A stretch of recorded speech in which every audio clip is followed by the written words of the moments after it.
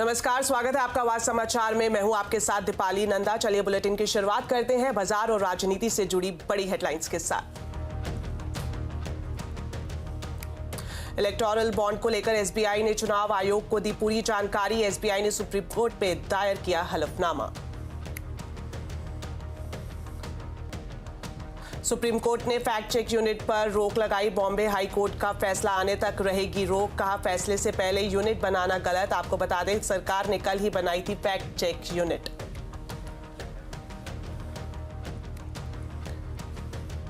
Nifty expiry के दिन बाजार में शॉर्ट कवरिंग। सेंसेक्स निफ्टी बढ़त के साथ बंद। बीएसई के सभी सेक्टर इंडेक्स बढ़त पर बंद। Mid cap small cap index में करीब 2.5% की तेजी।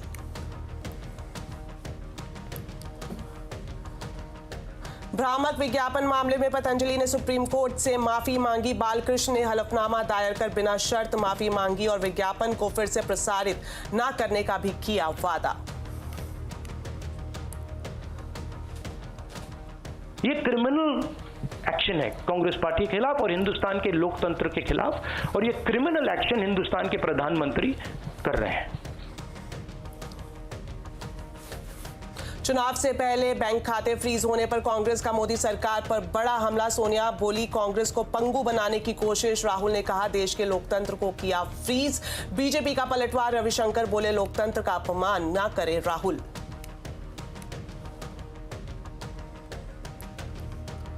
आईपीएल 2024 के आगाज से पहले सीएसके फैंस को एक बड़ा झटका। महेंद्र सिंह धोनी ने अचानक कैप्टेंसी छोड़ी। ऋतुराज गायकवाड़ चेन्नई सुपर किंग के होंगे नए कप्तान।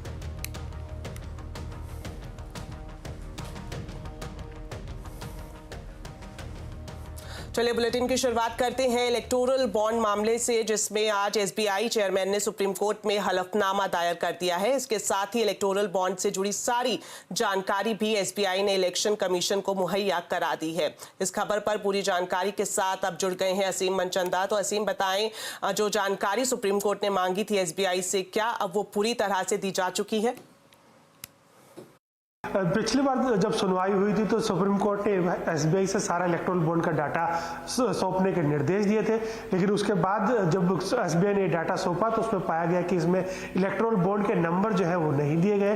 तो इसको लेकर के सुप्रीम कोर्ट ने एसबीआई को नोटिस जारी किया था। सोमवार को जब इस मामले की सुनवाई हुई तो जो सुप्रीम कोर्ट है उसने एसबीआई को कड़े निर्देश दिए कि आप गुरुवार शाम 5 बजे तक ये सारा डाटा आपको इलेक्शन कमीशन को सौंपना पड़ेगा, और इसके साथ साथ आपको ये भी एफिडेविट देना पड़ेगा कि आपने कोई भी जानकारी इसमें नहीं छिपाई है। तो अब एसबीआई ने उससे जुड़ा हुआ इलेक्टोरल बॉन्ड से जुड़ा हुआ सारा डाटा इलेक्शन कमीशन को सौंप दिया है। इसमें इलेक्टोरल बॉन्ड किसने खरीदा, कब खरीदा, किस डेट को खरीदा, कितने डिनोमिनेशन का खरीदा, उसके इलेक्टोरल बॉन्ड का नंबर क्या था, उसके साथ साथ कौन सी पार्टी ने ये इलेक्टोरल बॉन्ड एनकैश करा, उस पार्टी के एनकैश कराने वाली पार्टी के अकाउंट्स के लास्ट 4 डिजिट के नंबर क्या क्या है। तो ये सारी जानकारी इलेक्शन कमीशन को एसबीआई ने आज सौंप दी है। एसबीआई ने इसके कंप्लायंस का हलफनामा सुप्रीम कोर्ट में भी फाइल कर दिया। तो अभी थोड़ा सा इंतजार करना पड़ेगा कि ये जानकारी कितनी जल्दी इलेक्शन कमीशन ऑफ इंडिया अपनी वेबसाइट पर अपलोड कराता है। जो सुप्रीम कोर्ट था उसने खास तौर पर ये डायरेक्शन दी थी कि इलेक्शन कमीशन को ये जानकारी अपनी वेबसाइट के ऊपर अपलोड करनी पड़ेगी। तो थोड़ा सा इंतजार करना पड़ेगा और इलेक्टोरल बॉन्ड से जुड़ी हुई सारी जानकारी आपके सामने उपलब्ध होगी कि कौन सी पार्टी को कितना फंड मिला, किस कंपनी से मिला, ये सारी जानकारी इलेक्शन कमीशन अपनी वेबसाइट पर पब्लिश करेगा।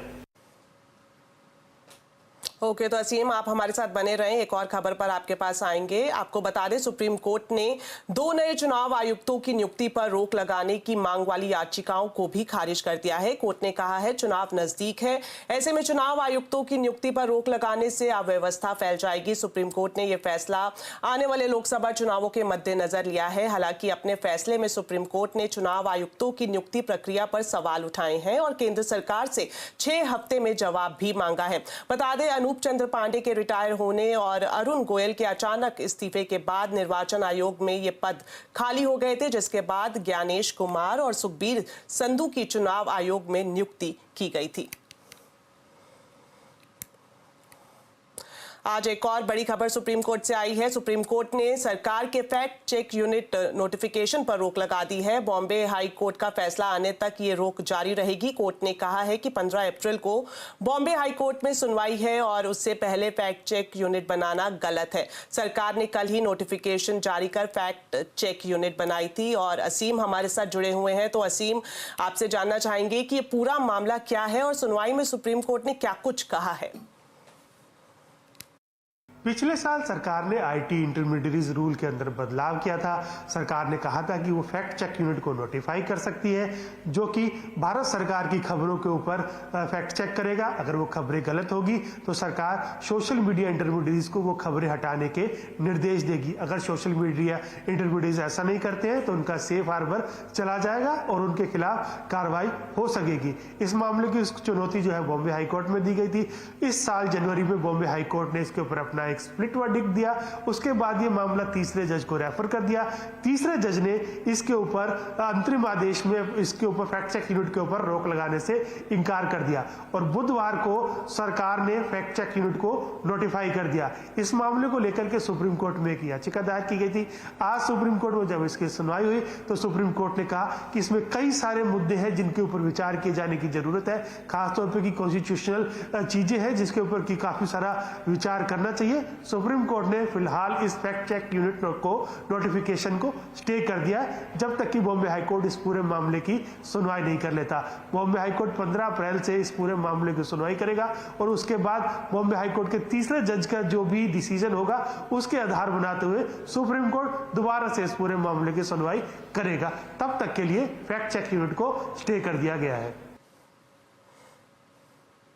शुक्रिया सीम, इन दोनों ही खबरों पर हमें जानकारी देने के लिए। अब बढ़ते हैं आगे। भ्रामक विज्ञापन मामले में पतंजलि ने सुप्रीम कोर्ट से माफी मांगी है। पतंजलि आयुर्वेद के एमडी आचार्य बालकृष्ण ने कोर्ट से हल्फनामा दायर कर बिना शर्त माफी मांगी है और विज्ञापन को फिर से प्रसारित न करने का भी वादा किया है। हल्फनामे में आचार्य बालकृष्ण ने कहा है कि उन्हें कंपनी के अपमानजनक वाक्यों वाले विज्ञापन पर खेद है। उन्होंने अपनी सफाई में कहा कि विज्ञापन का उद्देश्य लोगों को स्वस्थ जीवन जीने के लिए प्रोत्साहित करना था। आपको बता दें कि सुप्रीम कोर्ट ने नोटिस का जवाब ना देने पर बाबा रामदेव और आचार्य बालकृष्ण को 2 अप्रैल को अदालत में पेश होने का निर्देश दिया था। चलिए अब खबरें चुनावी महासंग्राम की।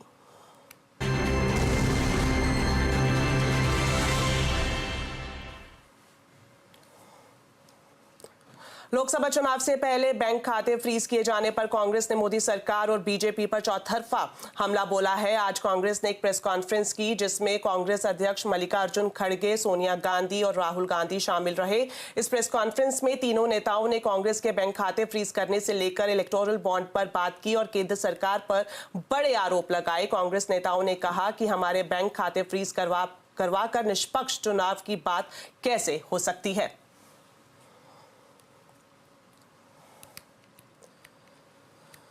Issue affects not just the Indian National Congress, it impacts our democracy itself most fundamentally. A systematic effort is underway by the Prime Minister to cripple the Indian National Congress financially.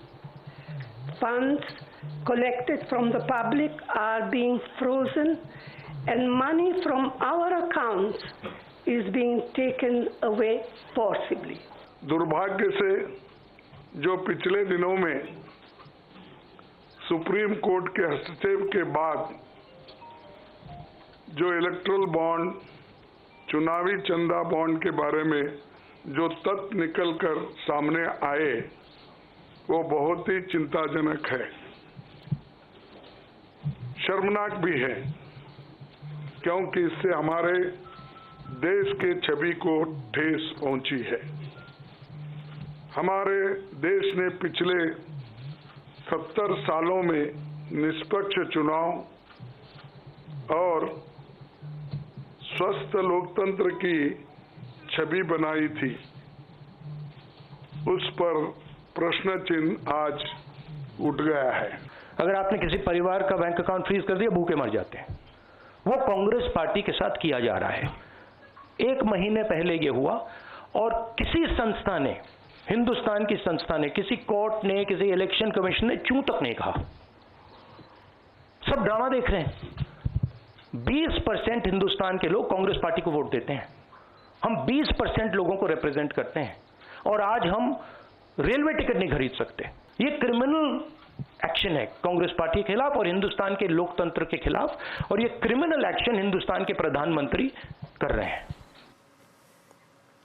तो कांग्रेस के इन तमाम आरोपों पर BJP ने भी पलटवार किया है। बीजेपी ने कहा है कि कांग्रेस हार की हताशा में बहाना ढूंढ रही है। इनकम टैक्स में इस बात का प्रावधान है कि अगर आपके पास ड्यू है, आप ड्यू नहीं देंगे तो रिकवरी में आपका बैंक अकाउंट फ्रीज हो सकता है। देश के लोग आपको वोट नहीं देते और आगे नहीं देने वाले हैं, तो हम क्या करें? अगर राहुल गांधी की यह अपेक्षा है कि भाजपा के मित्र उनके लिए कैंपेन करें, तो ये तो हम करने वाले हैं नहीं, क्योंकि उनका तो स्टॉक मार्केट इतना गड़बड़ाया हुआ है। और आज मैं कांग्रेस के लोगों को एक बात कहना चाहूंगा। हम भी चाहते हैं कि विपक्ष के रूप में कांग्रेस पार्टी पनपे, कितना पनपे उनका विषय है, लेकिन कांग्रेस पार्टी अब समझे कि जब जब राहुल गांधी से मुंह खुलवाएंगे तब तक स्टॉक मार्केट का और गिरेगा। तो चुनाव से पहले कांग्रेस और बीजेपी के बीच क्यों मचा है घमासान? आज चुनाव अड्डा में इसी पर करेंगे बड़ी चर्चा, शाम 7:57 पर।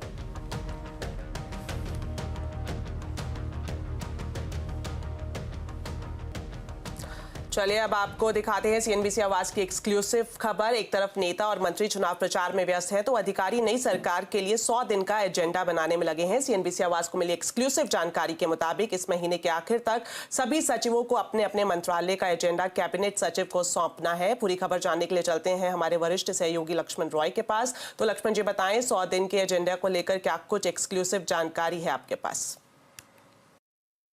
देखिए, दरअसल अभी अलग अलग मंत्रालयों में सबसे ज़्यादा हलचल इस बात को लेकर के है कि नई सरकार आएगी तो आखिर अगले 100 दिन तक क्या काम करेगी। इसके लिए देश में या फिर कहें दिल्ली में करीब 70 से ज़्यादा सचिव हैं, उन सब के अलग अलग 10 ग्रुप बनाए गए हैं। उस 10 ग्रुप में एक फाइनेंस का अलग ग्रुप है जिसमें फाइनेंस मिनिस्ट्री उससे संबंधित मंत्रालयों के सचिव हैं, एनर्जी का अलग ग्रुप है, एनवायरमेंट का अलग है, इंफ्रास्ट्रक्चर का अलग है, और हर ग्रुप जो है अपने अपने हिसाब से 100 दिन का एजेंडा तैयार कर रहा है। और खास बात यह है कि इसी महीने के आखिर तक इस एजेंडा को कैबिनेट सचिव, जो कि सभी सचिवों के मुखिया होते हैं एक तरीके से, उनके पास सौंपा जाएगा और फिर कैबिनेट सचिव सारे एजेंडे को देखेंगे। फिर उसके बाद समीक्षा बैठक होगी और कोशिश ये है या फिर कहे टारगेट ये है कि नई सरकार आने के साथ ही 100 दिन का एजेंडा नई सरकार के सामने पेश किया जाए, ताकि अगले 100 दिन तक सरकार ये तय कर सके कि उसको क्या किया जाना है।